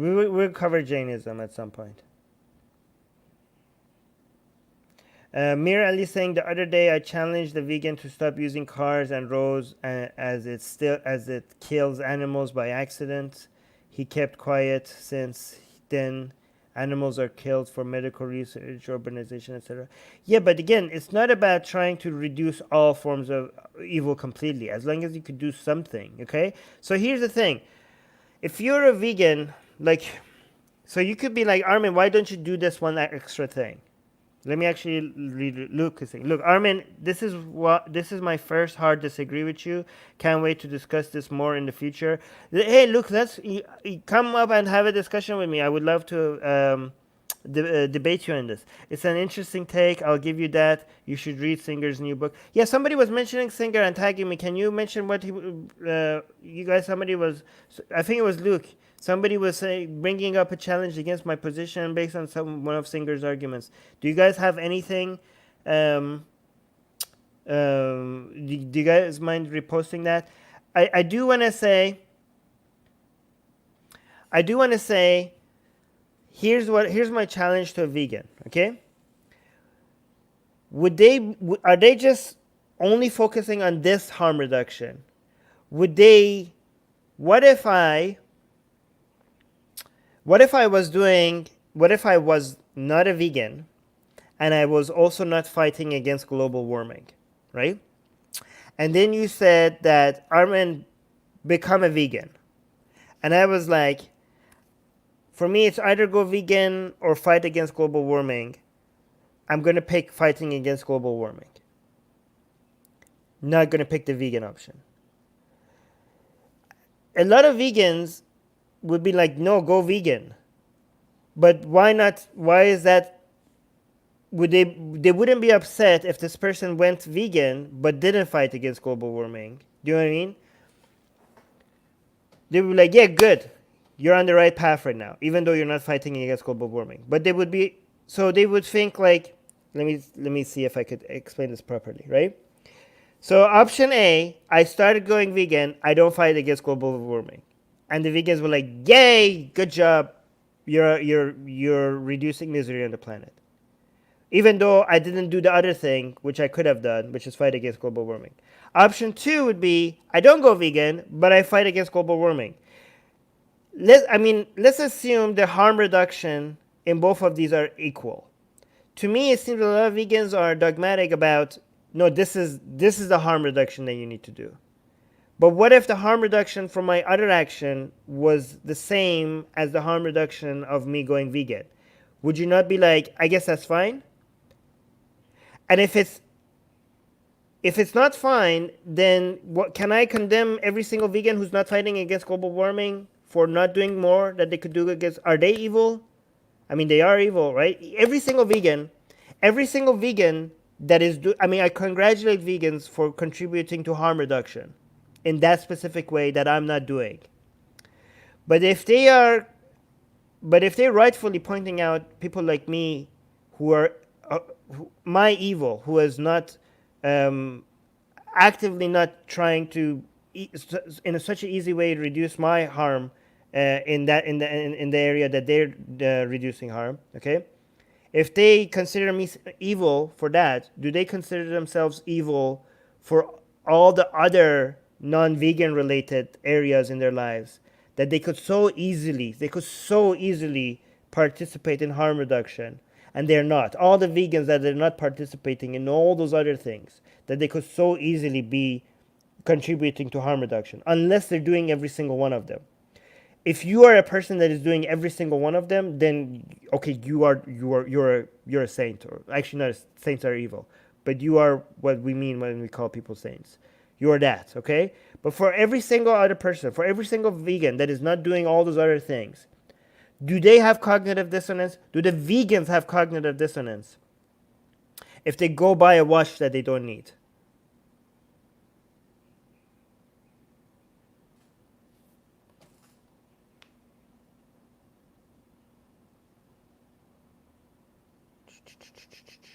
Okay, so vegan is saying, fine, global warming maybe not be a good example because maybe going vegan could also help with global warming. You missing my point. Fine, another form of activism. Fine, okay, let's go vegan versus something else. Okay, you're not saying like, okay, God damn it, you're missing my point. Okay, are you doing anything against child abuse? Are you supporting it? Right? Have you bought anything ever instead of donating to a charity that, have you, victims of people who have been disfigured because of their this is something I was looking into because I was so horrified by the people that were burn victims and their faces were disfigured, and I was like so horrified about, like, are you donating to that? Have you ever bought anything instead of donating to that? Do you care about the coral reefs up on the shores of Mexico disappearing or something like that? Right? I guess you're going to say global warming, so that's, never mind. Anything, you know what I'm talking about, right? What about vegans who are not fighting against religion? Are they evil? There's so many things. Okay, just how about the war in Yemen? Okay, how about the starvation of children in Yemen? Okay, do you know you could donate to that? You could donate to you. There's so many people. Have you sold everything you own that you don't need and donated to that? If you haven't, then you're evil. Uh, this is okay. Somebody's saying whataboutism. Okay, AJ, this is not whataboutism. Okay, this is again. I already told you the difference between whataboutism and pointing out cognitive dissonance. Okay, because if this is whataboutism, then what Alex said in his video was only whataboutism. This is not whataboutism. If the source is the same, if you're pointing hypocrisy, then this is not whataboutism, okay? I told you there's a difference between whataboutism and pointing out hypocrisy. Here's the difference, okay? If I say A did X and X is wrong, and you say, well, B did Y and Y is wrong, that is whataboutism. But if I say, if A says that B did X, okay? No, wait. If A says X is wrong, but A also does X, that is not whataboutism. That is pointing out hypocrisy. Oh yeah, AJ say I'm effing with you. I know, but I needed to highlight that. And guys, I'm missing a lot of comments. I'm sorry. Oh wait, there was a super chat that I missed. Where is it? Did I miss a super chat? Oh no, that was from before.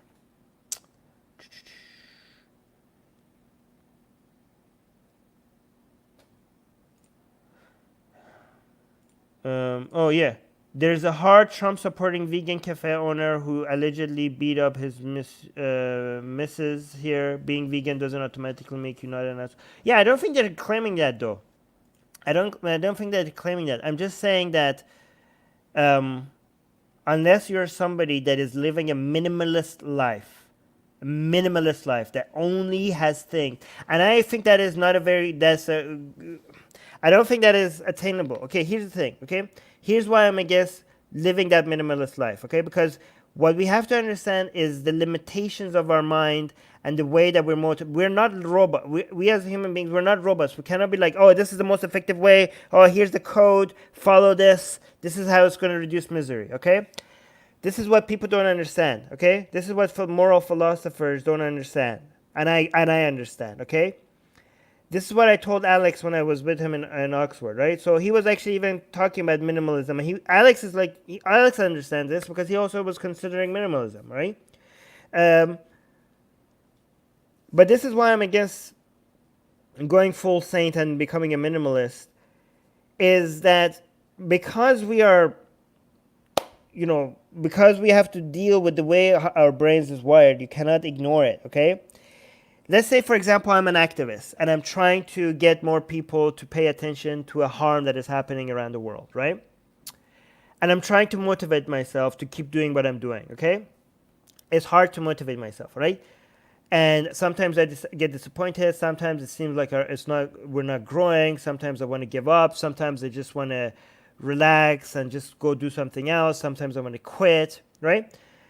And I have like my own personal desires in my life. I'm not a completely selfless person. There are many things that it just makes me happy personally. And I feel like maybe I should give up on those and focus more on my activism, right? But let's say I decide that, you know what? If we hit this milestone, let's say, for example, my YouTube channel that is doing activism, if it hits, I don't know, this many subscribers, all right? Or if I get this many people to pay attention to, or if we have an event that has this many people in it, some milestone, I'm going to buy myself a Rolex watch. I always wanted a Rolex watch. And that's going to be my reward for doing again, I don't understand why anybody likes a Rolex watch or whatever, but let's say this hypothetical person, always wanted to have a Rolex watch. And you just like, you know what? I deserve this. I deserve this treat. If I need to treat myself because of all my hard work. If I hit this milestone, I'm going to buy myself a Rolex watch, okay? And that image of this Rolex watch, imagine that if that motivated me, like, you know what? Let's do this. we can do this. We can do this, everybody. And now I do my activism, and we get there, and I buy myself a Rolex watch. In that situation, I could be like, what the hell, dude? Why did you buy that Rolex watch? You could have used that money to help a lot more people, and you decided this is more important, right? This is why I'm saying we have to. So another example that people have is like, oh, people's sense of ethics is so crazy. They care about this girl that is drowning right in front of them more than 1,000 girls, children that are dying in a flood, so and so. They don't care about that, but apparently this person right next to them, they get emotionally outraged over that. They would jump. They like the example is like, imagine if you had to. Oh, here's the moral dilemma. Okay. So imagine if you think a child is drowning in front of you in a lake or something, but you just had new shoes, and if you jump in the lake to save them, it's going to ruin your shoes, okay? And you're like, oh my God, I really want to save this child, and you know how to swim, and you could easily save them, but you're like, but my shoes will be ruined, okay? So you don't jump in, and the kid drowns, right? So people are like, oh, well, that's insane, right?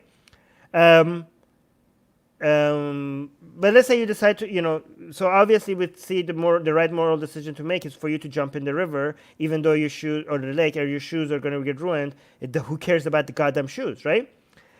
But effectively, you're making that decision every time. The moment that you bought those shoes, you already made that decision, because with the money that you paid for those shoes, you could have saved a lot more children than the child that you just saved. So we see how morally wrong this person would be for them not to jump in a lake to save it. One child, for the sake of not ruining their shoes, every single one of us could see why that morally doesn't make any sense. Why this person is in the wrong for not saving one child for the sake of their shoes.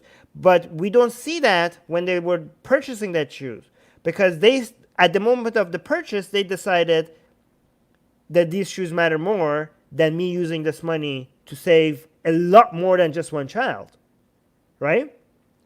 And we don't really, like, our brain is not wired to see that as evil. And honestly, we can't help ourselves that much. Like, this is how our brain operates, okay? This is how our brain operates, okay? It's just not very consistent, because our brain is wired to keep humans survive in caves, in tribes of 150 people max, okay? We were not wired to care about human misery on such a global goddamn scale, okay? That's why we need ethical standards, because our brains are not wired properly to care about misery on such a scale. We're not equipped to care like that, okay? We're equipped to care about just a handful of people in our tribes, okay? This is why people say, like, oh, well, Armin, evolution. Yeah, evolution, we're not gifted with the proper brain to care about this much misery. That's why we need ethical rules, okay? So that is better than nature. We need to be better than our nature, okay? But what's my solution to this? Is my solution, okay, so this is what moral philosophers, here, I need to highlight this so I don't lose this, okay? Remind me to tell you what my solution is compared to other moral philosophers. My solution is better than moral philosophers, okay? Luke is saying, Singer makes this point. I think this is a slight whataboutism, though. Veganism comes under the heading of effective altruism, which is mostly what you're talking about. Yeah, but what I'm saying is veganism is not the only misery-reducing option. There are many other misery-reducing options. What if somebody goes for that instead of veganism, okay? And if you're saying, well, you could do also veganism, I could say, well, everybody could do all the things. You could do all the things. Almost nobody is doing all the things. Almost nobody is doing all the things, okay? What was it? Oh, my solution to the whole Singer, this is the Singer dilemma, okay, the shoes one. Okay, I don't know if he came up with it, but I do know he mentions it. Apparently, a lot of moral philosophers, their solution is like, we need to tell people that they need to care about the 1,000 children more than this one child that is drowning in front of them. I would like, good luck with that. Good luck with that. Okay, you cannot do that. We're not wired to think like that. Okay. We could come up with policies that cares about 1,000 children more than one child. But we cannot make people care about a child, 1,000 children, thousands of miles away from them, more than the child in front of them. You cannot individually rewire people's brains. The activism should be from the top down, because we know that when it comes to the policy making position, when it comes to standards for big corporations and stuff, we know we could come up with standards that is better than what we could expect from individuals. You cannot make me, even though I know this is like a contradiction. Knowing that, I will care more about a starving child in front of me more than a gazillion children starving somewhere that I cannot see. Even though that I know that is not consistent, I know that when I see a child starving right in front of me, I'm going to care more. I'm sorry, I'm going to care more. Okay? That's just how my brain operates. That's why I'm saying, if you go tell people like, hey, stop being selfish, stop eating animals, I think that's going to be less effective than telling them, hey, let's come up with policies and rules that is actually ethically is more consistent than what we could accept. This is what I'm saying, like, hey, I'm against capital punishment. I think we shouldn't have capital punishment. Am I going to go blame the mother of somebody who just lost their child to ISIS? The mother who wants these people, all of them, to be burned alive? Am I going to be like, oh, stop, burn alive? Are you for cruel? Are you for like for torture? No, torture is never justified. Am I going to tell the mom of somebody that just lost their child to ISIS that you need to be better than this? Of course, I'm not going to have the same standards to an individual. No, when I say there should be no torture, no capital punishment, there needs to be, even for ISIS members, there needs to be due process. I have that expectation from governments, from judicial systems, not from the grieving mother of a child, right? So this is why I'm saying, when it comes to activism, push for policies more than individual people's behavior.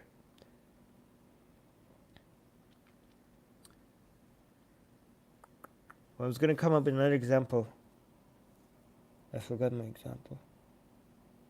Yeah.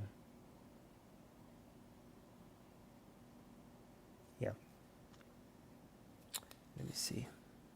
Oh, yeah. So this is why I forgot that. I forgot my example. Okay, here. Where was this? Luke is saying, oh yeah, vegans are blind to other stuff as well. It's effective altruism. We need to push as a whole. That's why it's a personal choice, and people aren't evil even. No, I think non-vegans are evil, but I think most vegans the only people who are not evil are people who are not are living minimalist, doing everything they do. When they wake up, their whole life has been made to optimize for making every second of their lives dedicated to harm reductions. Those are the only people that are. But again, this is something that I cannot expect from people. Okay. The example I was going to give you is, yes, I could help more people by increasing this, right, and save the money and reducing more misery by the money that I save from that. But I think here's the thing. What I think is caring is not an unlimited resource that everybody has access to, okay? I think we're not like, everybody has like this level of sympathy, okay? We have this limit of sympathy, okay? We can give it out, be like, oh, okay, here, I'm going to stop. I'm going to care about this. I'm going to do something about this. I'm going to do something about this. And then like, oh, I ran out, okay? Maybe you have more. I have less. Maybe you have very tiny, okay? But we all have a little bit, but it's not unlimited, okay? Everybody has this. I have this much fucks to give, okay? This is how much fucks I have to give. Where do I give it, okay? Like, you give it here, like, oh, I ran out of fucks to give, okay? I think what we have to understand is that we cannot, if you want more than people have fucks to give, then you're going to emotionally exhaust them, and then they're going to be like, you know what, I have 0 fucks to give, okay? So just use the amount of fucks that people have to give. Just tell them to use it, okay? Just tell them to use it on something. Don't be like, give a fuck about everything, okay? Because if you want them to give a fuck about everything, or give a maximum fuck about something that you give a fuck about, okay? So let's say they give a fuck about something, but they don't give a fuck about the thing that you give a fuck about. And you tell them, no, they have to give a fuck, maximum fucks about what you give a fuck about. Well, you're gonna be like, you know what? What's gonna happen, instead of making more people give more fucks about more things, what's gonna happen is you're gonna emotionally exhaust them, and them gonna be like, you know what? How about this? I don't give a fuck about anything. Okay? So the way that people are gonna be consistent, all of a sudden, instead of being consistent with their fucks, what you're gonna end up doing is you're gonna make them, you know what? I know how to be consistent. I know how to be consistent. You're like, oh, this child is dying here, one child, but 1,000 child are dying over there, and you don't care about that. You're not being consistent. You're not being consistent. You know what? This is what's going to happen if you want to emotionally exhaust people. Okay, what you're going to do is you're going to make them consistent. You know how? You're going to be like, how about this? How about I don't care about that 1,000 children, and I'll stop giving a shit about this one child as well. Is that consistent enough for you?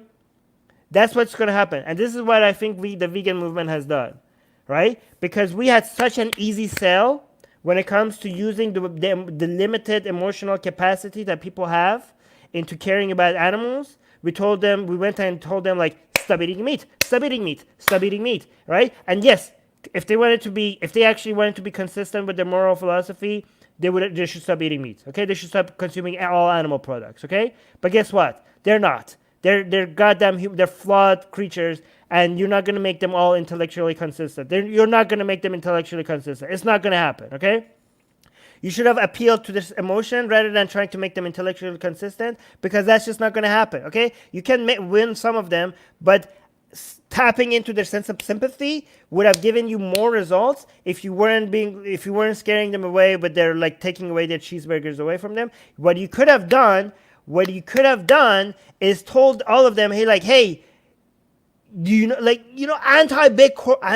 people are anti-big corporations. People are anti-politicians. People are like anti-torture, animal torture. It would have been so easy to get all this activism that is being spent on trying to get people to stop eating meat, if it was spent on trying to get people, mobilize people against governments, against corporations, against animal farms. So much more animals today would have been saved from from misery, from torture and pain. So much more, right? But right now, animal rights activism as a whole has been something that people were like, oh, are you going to tell me to not eat meat? You know what I mean? Again, I'm not saying it's justified. It's just how it works, right? So a lot of animal rights activism, people are dismissing because they're worried about somebody lecturing them about eating meat. And this is, again, I'm consistent. By the way, let me just highlight the super chat we just got. Where is it? Okay, Matteo saying good fucking examples. Oh, thank you, Matteo. Thank you so much for the 10 Australian super chat. 10 Australian super chat. Thank you so much. So here's the thing. I'm actually consistent with this when it comes to my atheist activism as well. What I have noticed is that I get more. So I tried a lot to intellectually question people when it comes to their belief in God. And that has some limited, return on my investment, okay? When it comes to spending my resources and time and trying to get people to be like, okay, yeah, there is no evidence for the existence of God. And that's why I wrote this book, right? But because I was so tired of making this argument, so I was like, hey, man, I'm just going to put it in a book and I'm just going to put it out there, okay? But when it comes to actually talking to Muslims, Christians, or whatever, I've noticed that appealing to their sense of sympathy works so much more than actually trying to get them to be logically consistent, right? Because most people are not intellectually consistent. I always give the example of me trying to get this. There was this girl that I was arguing, and she was arguing that, hey, she believes there's a God because the Bible says so, and I asked her how she knows the Bible is real. She said it's because it comes from God. And to me, like, okay, let me introduce her to circular reasoning. I thought that was a meme, but then I met this girl, and she was, wow, thank you so much for the $5 super chat. That's very kind. Thank you so much. Al Jazeera? one, Al Jazeera one. Thank you so much. And I was like, this should be easy. I could just show her. I came up with the napkin religion example to show her how it doesn't make sense. This circular reasoning, why circular reasoning doesn't work. I was like, I could show her this. I tried for so long, and it did. She just didn't get it. She just didn't get why it's wrong to have like circular reasoning doesn't make any sense. It didn't work. After a while, I told her, like, you know what? Let's say you're right. Let's say Jesus is Lord and I'm wrong. Okay, Jesus is Lord, I'm wrong. Okay, you're right, I'm wrong. You got it, I got it wrong. Do you think I deserve to be burned in hell forever because I'm wrong? And she was like, no. And like, well, the Bible says it's so that should be burned forever. What do you think? Is that okay? She was like, no, I don't think so. I don't know why. She couldn't justify it. She could see. I mean, I don't know if she eventually became an atheist or whatever, but she saw my point. She understands, even if she disagrees with my point. Even if she goes and just finds like somebody that live intellectually. I don't want to insult her. Stupid to not understand why circular reasoning is wrong. She just couldn't get it. Even that level of stupidity. When it comes to unfairness of hell, she got it like this. Because I appealed to her sense of sympathy rather than her sense of logic. Right?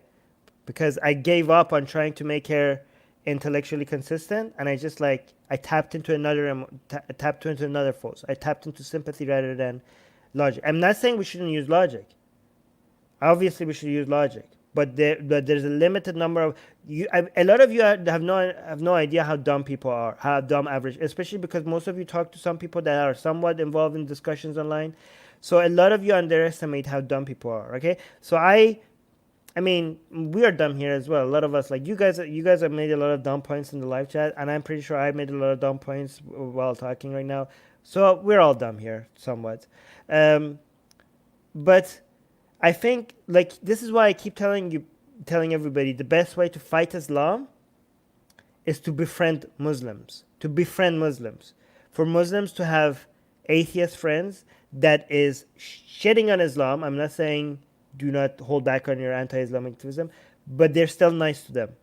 Right? So you're like, hey, this guy is like actively insulting my prophet, but he's very nice to me. Like demonstrating that they could like people that are actually shitting on Islam. Right? I think that is a lot more effective to a lot of more Muslims than 1,000 books on the logical fallacies within Islam. Mir Ali saying extreme form of harm reduction is suicide is what I left at one. What, guys? Oof, is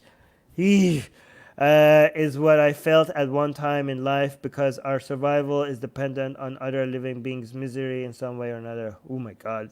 Yeah, please, no, that's obviously wrong. Luke is saying, oh, I love this stream, Armin. I need to talk to you about this. Your line of argument is so interesting. Hey, thank you, Luke. Look, message me somewhere. We could have like a one-on-one discussion about this. Okay. Thank you so much, Luke. Yeah, let's do a one-on-one discussion just on this at some point. Anyways, it's been like, oh my God, it's been 2 hours. I need to go. Sorry, guys. Okay, love you guys. Well, today I love everybody, even if you're not. Today I make a special case because we're all evil. Let's just be evil together, okay? I'm evil. You guys are evil. Let's forgive each other for our evilness. Is that a word? Evilness? Yes, guys. Even everybody who's not subscribed, if you're not subscribed, you're not maximizing the amount of misery that you could stop. Go subscribe to Alex. Subscribe to me as well, because that's how you could be a tiny bit less evil, okay? If you subscribe to Atheist Republic, you could be like, you were evil. This is how much evil you were before. And if you subscribe to Atheist Republic, you're going to be this little bit less evil. Because here at Atheist Republic, we fight for enlightenment values. And enlightenment values have proven proven beyond reasonable doubt to lower the amount of misery across the globe. Yes, we're not maximizing the amount of misery that we could lower, but we're doing something. And Enlightenment values, which we here defend at Atheist Republic, could do a little bit of good, a tiny bit of good. Okay, if you want proof that Enlightenment values actually reduce misery, go read this book. Okay, Enlightenment Now by Steven Pinker. So go look that up, and there's data enough. So again, subscribe to the channel. But again, because we're not shaming people here for... No, actually, never mind. Today, specifically, I love everybody who's subscribed and also love people who are not subscribed. But every other day, if you're not subscribed, I'm going to call you out for the human scum that you are, okay? And I hate, but today is special, okay? Thank you, everybody. Talk to you guys later, and bye-bye.